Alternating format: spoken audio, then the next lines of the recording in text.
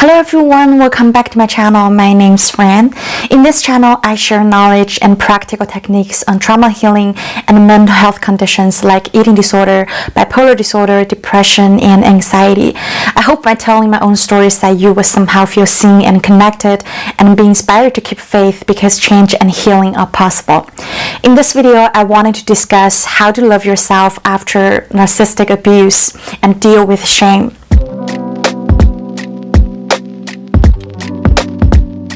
Normally, after narcissistic relationships, it doesn't matter if it's with a partner or parents or friends. After relationships, we would feel this enormous amount of shame, which decreased our willingness to love ourselves. That's why we find it pretty hard to move on and love ourselves in the first place. In my videos, I wanted to try to be as objective as possible in terms of analyzing narcissist characters and behaviors. I know a lot of videos would try to demonize narcissists because they think it'd be easier for the victims to leave. But it actually increased the sense of shame that they are feeling because they think that there must be something wrong with them, that they cannot seek happiness from healthy relationships. They keep repeating those old patterns, being trapped in narcissist relationships despite that they have been physically, emotionally, or verbally abused by narcissists so many times. I wanted to lead with the most important fact. As Sigmund Freud called repetition compulsion, we would repeat familiar and old patterns in attempts to fix and remedy the situation in the first place, subconsciously. Even though we're not even aware that we're doing it, and it actually increased the pain and enhanced the circle. I wanted to briefly dive into what are narcissists like. It doesn't matter if it's your friends or parents or partner, they all have something in common. The first one is that they lack empathy.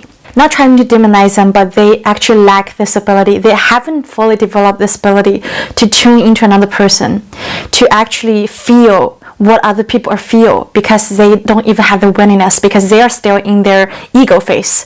They're trapped in the world of themselves. They always feel like it's me, and they have this sense of entitlement that everybody owes them, that everybody is there to serve them. So they almost never take responsibility for their own action, for their words or their life, because it's always other people's fault. It's never theirs. And they also have this strong desire to seek recognition and validation from external things. When they couldn't get it, they would manipulate, they would gaslight, they would use silent treatment, and they would use abusive words or actions just to bend others well, to serve them. And another important thing is that most of them are not even aware of the fact that they are doing it because they have been doing it for a long time. They were just like habitual behaviors. The reason it's hard to get over a narcissist and find strength to love ourselves is because we have lost the willingness, we have lost hope for the better future, because we felt trapped, because we put ourselves in a situation over and over again. So the first thing to deal with is shame, sense of being defeated, and loneliness. Why we feel this enormous amount of shame? We feel shame because we have already seen the red flags over and over again, yet we ignore all of them, and we put ourselves in a situation and we choose to believe them, to invite them in, convincing ourselves somehow like we can handle them and somehow they're not dangerous. We push ourselves into the situation, we indulge in it, and some of us even go further enough to find excuses for them, to tell ourselves that, well, we haven't tried hard enough, we haven't done enough to remedy the situation. Instead of loving and respecting ourselves, we shame ourselves for being dumb enough to fall for their lies and traps over and over again. We choose to abandon ourselves over and over again. And that's why we feel this extremely enormous amount of shame. At the same time, we feel this sense of being defeated. Most of our trauma originates from our childhood. So when we were present at that time, we were helpless and hopeless as children. We didn't have this cognitive reasoning ability to figure out what's going on, and it's not because of us. It's not our fault that everything is so twisted. When we were children, we didn't have this ability to run away from them, to actually remedy the situation completely. So we experienced this overwhelming sense of helpless and hopeless, and this energy stayed in our body. So when we grew up, we would try to continue and repeat the same old pattern over and over again. For example, when I was a child, I experienced all of that by myself. I didn't have anyone to talk to. I was hopeless. So when I grew up, I would always find boys who have experienced the same chaotic, abusive family dynamics like I did. I would try to choke them with unconditional love and support, and I would actually lose myself because I wanted to get attached to them, and I just indulge myself in the fantasy to save them or change them. But the fact is that it wasn't about them at all. It was about me. It was about me trying to save the younger child that I projected onto them because I wanted to give the love and support to the little child, the hopeless me at that time. But when we fail, we are devastated because we experience this sense of hopeless and helpless all over again. We would draw the conclusion that we're not trying hard enough, we're not good enough or worthy enough for them to change for us. And third layer of feeling is this extreme loneliness, because possibly people around us, maybe family members, maybe friends, have already warned us about the unhealthy dynamics that we're in and try to pull us out of the situation. But we wouldn't listen at all, right? We would be annoyed at how much they're meddling with our relationship or how much they're trying to control us. They're not seeing the good things that we see. They're not mirroring our feelings or the reasons behind the attempts. So at this time, we feel lonely. So it's highly impossible for us to turn around to them and say, well, you are right, and I was stupid and I was dumb. It's even harder for us to wake up to the fact that, well, you know what? It's actually not healthy at all. It's not good for me. So the core to love ourselves here is to generate time and space for ourselves, to comfort ourselves and convert this immense feeling of shame into inner strength. Then we will be more willing to love and care ourselves or to seek support from someone else. For people who have suffered from narcissistic abusive relationships, it's hard for us to let go because we almost always have this sense of urgency. For example, in my past romantic relationships, I always had a hard time letting go because I believed that I felt because I couldn't change them or save them, even though I walked away first, but I was defeated somehow. And it was my fault. It was me not being good enough and worthy enough for them. So they will immediately find someone so much better, prettier, smarter than me, and they will fall in love like what we had in our honeymoon stage. And they will get engaged pretty soon, they will get married, and they will have kids. And all of that will prove that I missed this perfect opportunity for this amazing guy that I could have changed, I could have improved. I could have made him fall in love with me hopelessly. So whenever my therapist told me to always get back to the center of myself to explore what's going on with me, I would refuse to look at my issues and my part in this relationship. I was always almost preoccupied with the thought that he would be taken soon, so I couldn't really take time for myself to heal. The number one thing we should realize is that it's not true. People don't just change.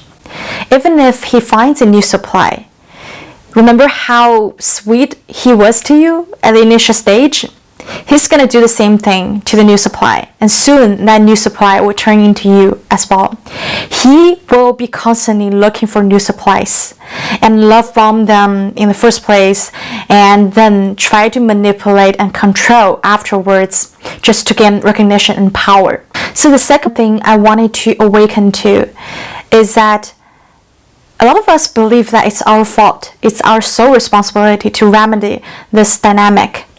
It's our sole responsibility to change that person, to improve this relationship for our better.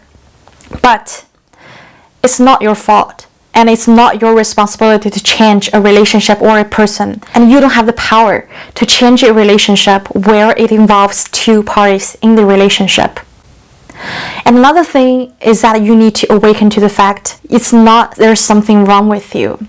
It's just our brain seeks to repeat old patterns like we were taught when we were children. Childhood family dynamics shapes the way we interact and behave in a relationship later on in life, almost every relationship. And when we were children, we were once born as a blank paper. But somebody was very lucky, they got painted as pink. But for people who have gone through chaotic relationships, probably like I did, was painted as, for example, gray. We would only operate from the knowledge that we were previously exposed to, the gray pattern. So that's how we model the same pattern in every other relationship when we grew up. So it's something we learned. But also the good news is something that we can unlearn as well. And the most powerful tool is awareness. For this, I wanted you to watch my video, How to Love Yourself, 2 healing techniques to change your life. I'm going to put it somewhere here. In this video, I discussed in detail how to ground yourself to train our awareness towards the things happening around us, towards our behaviors, our patterns, and everything that's interacting with us. This awareness is also what brought me to awakening many years ago, because without this awareness, I would still think that there's something wrong with us. I would have never found this courage to move on from narcissistic relationships. To be honest, from the past 10 years, I have only dated narcissistic guys, because I believe we had this special chemistry going on between us, and I believe it was meant to be. But it all turned out that it was just this old and familiar pattern that I had with my family. But now I'm breaking free from the old narcissistic pattern, because I have gained enormous amount of awareness of what is a healthy relationship for me and what exactly is I need to have a fulfilled and purposeful life. To have this awareness is like removing the gray filter that we put on for the longest time. We can actually see the world as it is. We can actually see the reality without the stories that our brain has constantly told us. We have the choice to not be interfered with external voices. Instead, just focus on what's happening. Is this healthy or not? Is his behavior good for me? Is this person the actual person without the fantasies that I wanted to spend the rest of my life with? With this sense of space that you have just generated for yourself, you can take all the time in the world to heal yourself, to heal from past wounds, so that you can be in a better path, in a higher vibrational level, to attract better and healthy things in your life. And you will start to have more hope for future. And when you start to have this sense of hope, you will know exactly how to love yourself. Do what you gotta do to take care of your inner child. Give it compassion as it needed. Give it enormous amount of patience for it to grow, for it to nurture. And I hope that one day you will look back and say that, well, I have moved on from it and I have found the permanent source of energy. That is to love myself. Alright my friends, thanks for watching this video. I hope it's helpful. If you like it, please give it a thumbs up. If you wanted to see more videos like this, please subscribe, and I'll see you next time. Bye bye.